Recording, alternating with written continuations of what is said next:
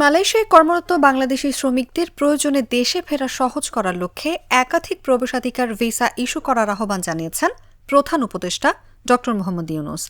সোমবার রাষ্ট্রীয় অতিথি ভবন যমুনায় মালয়েশিয়ার হাই কমিশনার মোহদ সুহাতা ওসমান তার সঙ্গে সাক্ষাৎ করতে গেলে তিনি এ আহ্বান জানান।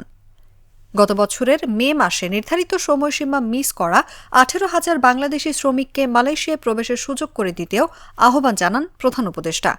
হাইকমিশনার জানান, এ বিষয়ে মালয়েশিয়া ও বাংলাদেশের কর্মকর্তাদের নিয়ে গঠিত একটি যৌথ কারিগরি কমিটি গত 31 ডিসেম্বর কুয়ালালামপুরে একটি সভা করেছে এবং এ সংক্রান্ত আরেকটি সভা মঙ্গলবার অনুষ্ঠিত হওয়ার পরিকল্পনা রয়েছে।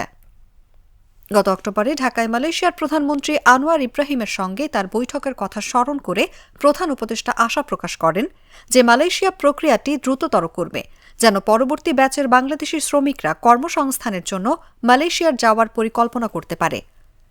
প্রধান উপদেষ্টা মালয়েশিয়াকে 1 জানুয়ারি থেকে আসিয়ানের চেয়ারম্যান হওয়ার জন্য অভিনন্দন জানান এবং বাংলাদেশকে আসিয়ানের সেক্টরাল ডায়ালগ পার্টনার হিসেবে গ্রহণ এবং পরবর্তীতে পূর্ণ সদস্যপদ পাওয়ার জন্য সমর্থনের আহ্বান জানান।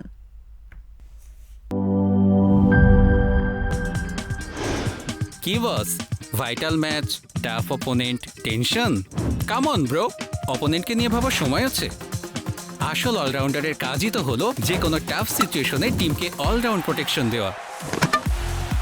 জাস্ট লাইক মাই টাইলক্স, যার অ্যান্টিব্যাকটেরিয়াল এজেন্ট টয়লেটের কোনায় কোনায় পৌঁছে 99% জীবাণু ধ্বংস করে, টয়লেটের কঠিন দাগ ও দুর্গন্ধ দূর করে টয়লেটকে রাখে ক্লিন আর সুবাসিত।